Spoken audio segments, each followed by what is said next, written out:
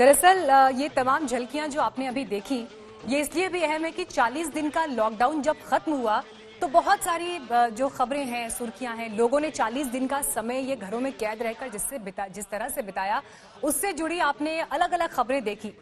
लेकिन 40 दिन के लॉकडाउन के खत्म होने के बाद जब शराब की दुकानें खुली और उसके आगे जो कतार दिखाई दी, उस पर अलग अलग तरह की टिप्पणियां दिखाई दे रही हैं, रिएक्शंस भी आ रहे हैं।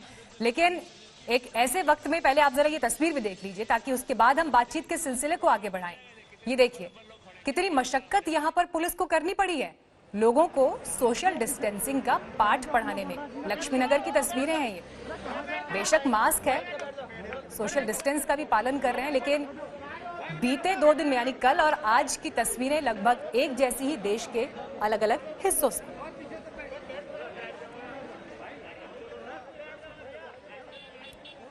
तो अब आप ये समझिए कि एक तरफ मंदिर बंद हैं, मस्जिद बंद है, यानी इबादत की वो तमाम जगहें जहां पर लोग आस ढूंढा करते थे, उम्मीद ढूंढा करते थे, शांति के लिए जाया करते थे, वो सब बंद हैं और खुले हैं शराब के ठेके।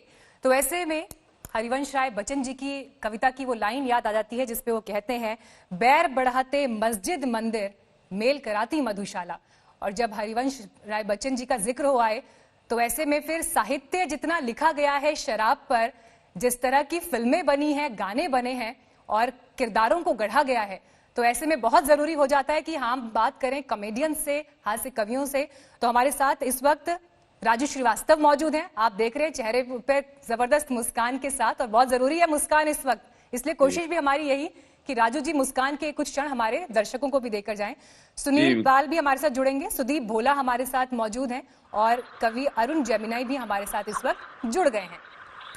तो राजू जी, जब पहली बार ये तस्वीरें आपने देखी कि देखिए 40 दिन का लॉकडाउन खत्म होते ही जब शराब की दुकानें खुली, तो जरा अनुशासन देखिए। 40 दिन से अपने सीने पर पत्थर रखकर जो लोग बैठे थे, उसके बाद जैसे ही निकले तो कतार की कतार लग गई। कल ही मैंने देखा एक शराबी को चांदनी चौक पे 2-4 मार के गए। अरे वाह, अरे देखो पोल्यूशन फ्री एयर, हवा कितनी स्वच्छ है। अरे देखो यहीं से इंडिया गेट दिखाई पड़ रहा है, अरे यहीं से देखो कुतुब मीनार दिखाई पड़ रहा है। किसी ने बोला ए अंदर जा, नहीं तो तेरे को यमराज भी दिखाई पड़ेगा यहीं से। देख के तो खराब लग रहा है। आपके न्यूज में देखा कि इस तरह से टूट पड़े और पुलिस को बहुत सी परेशानी का सामना करना पड़ा। और मुझे उम्मीद है कि स्थिति कंट्रोल में हो जाए, भगवान करे, और ये सब बेवड़ों को मिल जाए प्रसाद, जिसके लिए तड़प रहे हैं वो मिल जाए।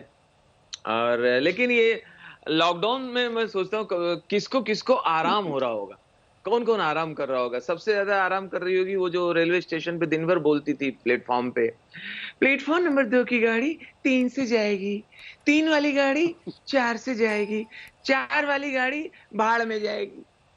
वो बहुत आराम में होगी। और वो जो कार में बैठते ही बोलने लगती थी ना, गूगल वाली map aunty, please take U turn after 400 meters, take a left turn after 600 meters। लेकिन दिल्ली पुलिस ने कहा नहीं, इस महिला को आराम नहीं देंगे, हमारी ड्यूटी करो, पुलिस की ड्यूटी करो। अब वो महिला बोल रही है आजकल, please take a left turn after 400 meters, वहां पर पुलिस डंडे मार रही है। टेक ए राइट टर्न, वहां पर पुलिस उठक बैठक करवा रही है जो लॉकडाउन का पालन नहीं कर रहे हैं। टुंग टुंग। इस बुराई में क्या अच्छाई है वो भी ढूंढ ले। एक अच्छाई समझ में आई सबको कि एक तो स्वच्छता रखनी चाहिए, साफ सफाई रखनी चाहिए, और सब परिवार के साथ बैठ के खाना खा रहे हैं सारे परिजन। आप देखिए शुद्ध हवा है, इसलिए लोग बीमार भी नहीं पड़ रहे हैं। और सबसे बड़ा फायदा, आजकल माँ बाप देर रात हो जाती तो ये नहीं कहते अरे अभी तक लड़का नहीं आया, रात के 11 बज रहे हैं, बिटिया कहाँ है, 12 बज गए आई नहीं, क्योंकि वो तो घर पे विराजमान है। तो ऐसा भी चल रहा है। लेकिन लालू जी बहुत भड़के हुए हैं चाइना पे। लालू जी का ये चीनी लोग जो क्या, चीनी लोग से हम बदला लेंगे, चीनी लोग से हम जो आजकल गुड़ की चाय पी रहे हैं, चीनी कैंसिल। ये चीनी लोग पूरी दुनिया में ऐसा डेंजर आतंक फैला दिया, कैसा केकड़ा बिच्छू चमगादड़ सब निपटा दिया। पहले खुद का घर फूका, फिर पूरी दुनिया जला दिया, दे डाला कोरोना दुनिया को और पब्लिक को घर पे बिठा दिया। ये जिनपिंग थिंग अगर हमको कहीं अगर मिल गया जिनपिंग इधर दरभंगा में, पटना में, मोतिहारी में, मधुबनी में, कूट के रख देंगे। बहुत खूब। तो ये तो देखिए राजू जी, दिलचस्प बात यही है कि लॉकडाउन की कठिन परिस्थितियों में भी आपने जो है ये ह्यूमर ढूंढ निकाला और उसके कुछ पुट जो है यहाँ पर हमारे कार्यक्रम में भी दे दिए। लेकिन अरुण जी, अब मैं आपको यहाँ पर जोड़ना चाहूंगी। जरा देखिए, जो तस्वीरें दिखाई दे रही हैं उसमें कल दिल्ली के एक इलाके से ऐसी तस्वीर भी सामने आई जहां पर एक व्यक्ति, जो लोग शराब की दुकानों के आगे लाइन में लगे हैं, उनके आगे फूल की पंखुड़ियां बरसा रहा था और ये कह रहा था कि ये लोग वो हैं जो अर्थव्यवस्था में जान फूंक रहे हैं। और शायद सरकारें भी कहीं ना कहीं ये बात समझ रही हैं, इसी वजह से ठेके खोल दिए गए हैं। यूपी में तो 100 करोड़ का राजस्व आ गया है। तो क्या आप मतलब जो शराब के खरीदार हैं अब वही नैया पार लगाएंगे अर्थव्यवस्था के संकट की? बिल्कुल जी, वो शराबी इसीलिए लड़खड़ा रहा है कि देश की अर्थव्यवस्था का बोझ भी बेचारे के ऊपर है। अभी तो मेरा एक दोस्त है, मेरे पड़ोस में रहते हैं, सतीजा जी, उन्होंने बेचारों ने जैसी खुली तो गए, वो 2-3 घंटे की मशक्कत के बाद बोतल मिली, अंटे में दवाई ताकि कोई और ना देख ले, मित्रों से बचते बचाते घर आए किसी तरह से।